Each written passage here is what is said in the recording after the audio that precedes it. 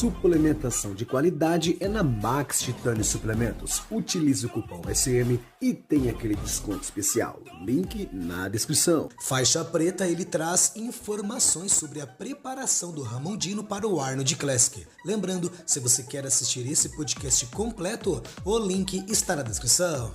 Podemos esperar alguma mudança? Puder falar, não sei como vai ser revelação. Vamos ver coisa diferente no físico do Ramon, mesmo não tendo tido um off-season entre o Olympia e o Arnold? Com certeza pela capacidade de resposta dele, né? Hoje a gente já conversou novamente sobre isso. A gente quer fazer, logicamente, um tempo maior. Para o Olympia tem um tempo maior, tem várias possibilidades, mas o que foi feito aqui, para te falar, tu queres algumas informações da preparação, diferente do último Olympia, quando eu cheguei aqui, nas 2 semanas que a gente tinha, eu olhei para o Ramon e falei assim, ó, prioridade, né? Prioridade, pessoal, é a condição daquilo que vem primeiro, tá? Então, assim, membro inferior. Então, seccionando o corpo no meio aqui, a parte inferior está precisando mais. Concorda, Ramon? Dele olhou, realmente, a minha perna aqui estava saindo mais aqui. Beleza. Aí isso te dá, a prioridade, ela te dá um direcionamento dentro da divisão de treino, no formato que você vai ter. Esse mês eu vou querer ver isso daqui, a gente vai continuar fazendo as outras coisas, mas é isso daqui. E realmente teve uma melhora, foi até um destaque, né? Todo o físico dele no Olímpia foi algo inquestionável, né?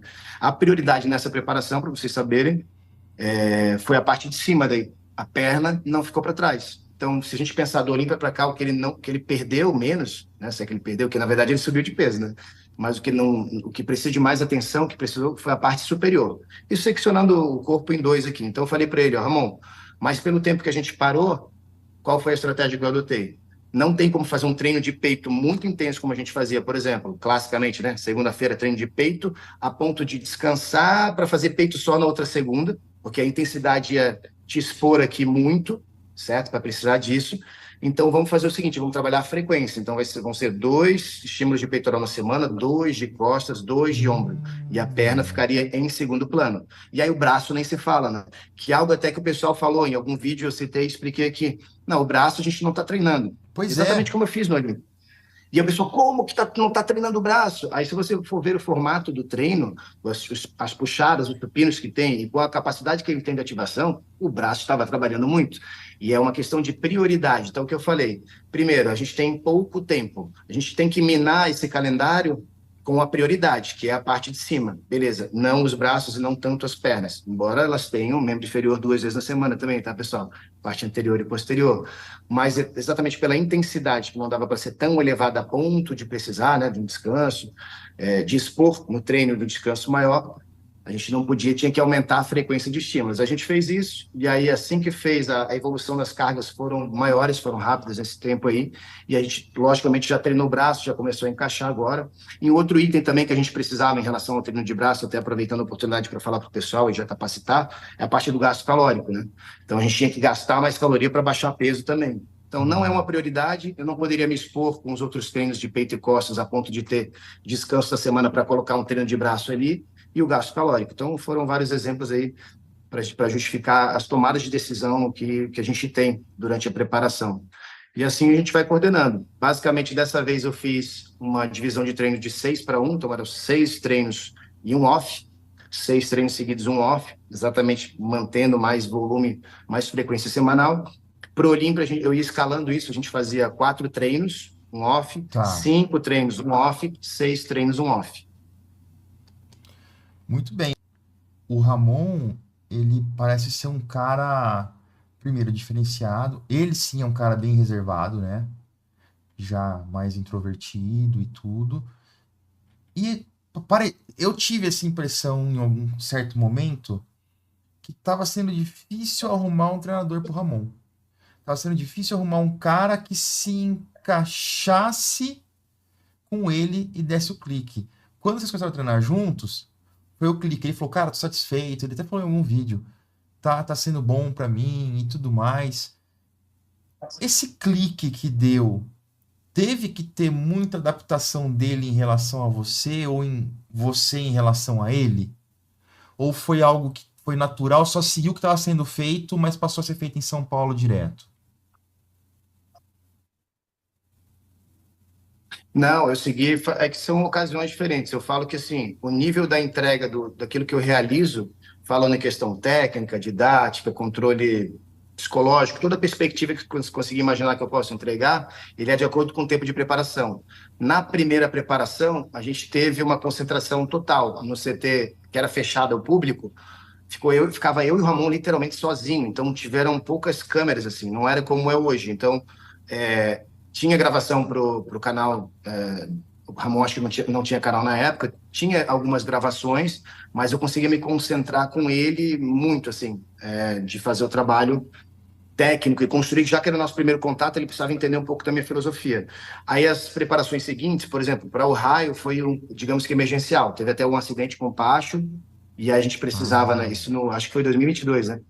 Então, precisava disso, ó, tem menos tempo. Então, a relação, ela tem menos tempo, por exemplo, de conversa. Então, cada preparação existe um ajuste, mas de maneira geral, a gente tem uma boa relação, um bom entendimento, e eu já trago essa experiência de perspectiva de treinador, não só na parte técnica ali, né? Senão seria só eu literalmente a máquina. Então, essa parte mais pessoal, mais psicológica, entender, para exemplificar para a galera aqui, entender quando dar o feedback certo na hora certa, como puxar de repente um assunto que eu sei que vai motivar. Ontem a gente estava aqui fazendo ou anteontem, a gente passei uma paralela no final aqui para ele, e ele de frente para o espelho.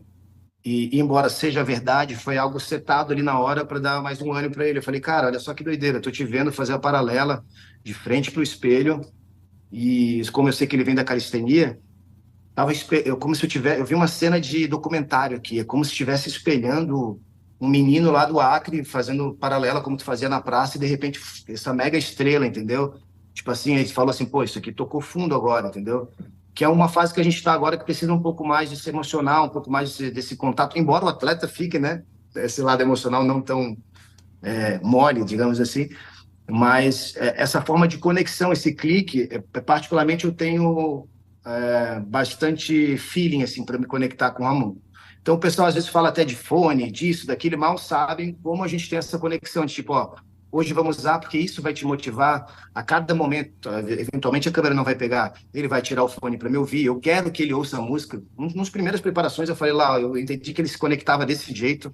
O Kaique, a gente precisava treinar isolado no CT sem nenhuma música. Ele queria ouvir cada feedback meu. Então cada pessoa tem uma forma de conexão, e é mais isso também que diferencia o bom profissional do mau profissional, que a gente estava falando aqui. Além do conhecimento técnico, esse feeling, essa capacidade de conexão com o cliente convencional da academia, e com o atleta, então, nem se fala, né?